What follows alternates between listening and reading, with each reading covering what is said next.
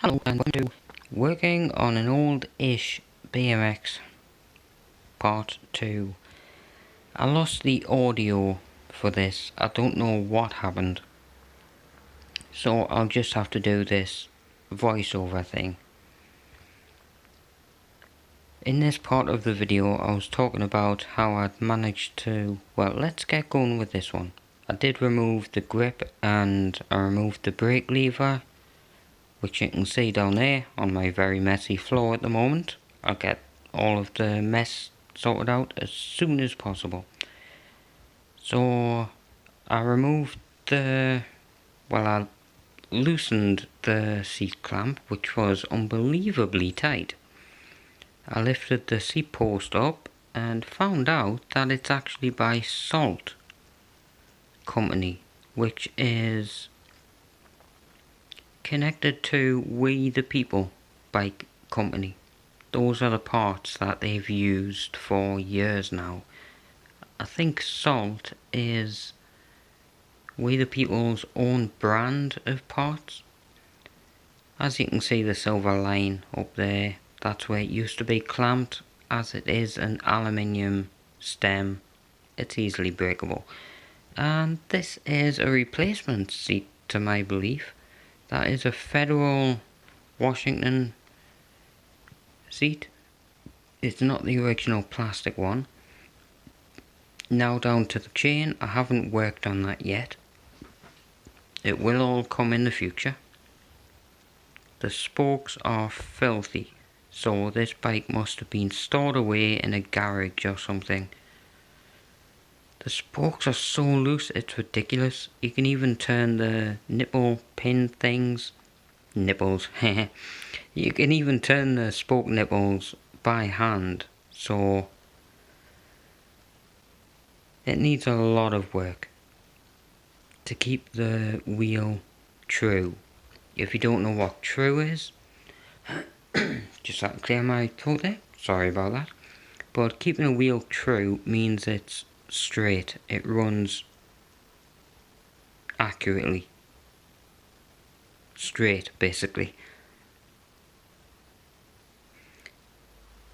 Another problem that I noticed, yes, that's oil on my finger by the way, but it really seems like the inner tube is coming through the tyre. So this bike needs new tyres.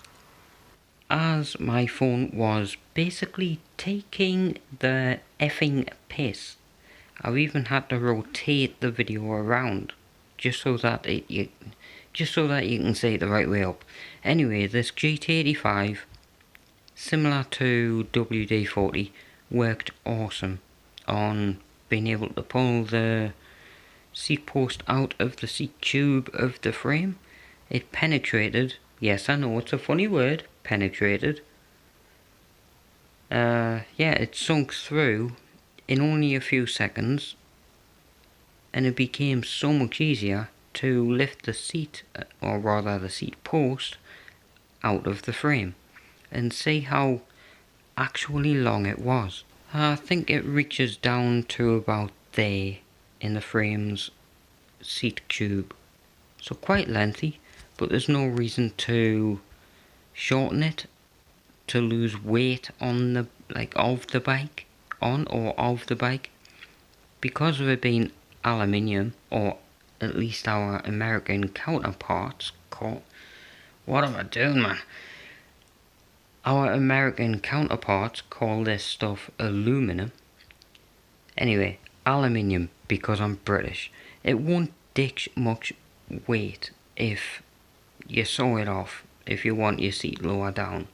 But I really don't like the seat right down there. I've been talking to Lee, of whom is Anfield Road Layout in a Loft here in YouTube.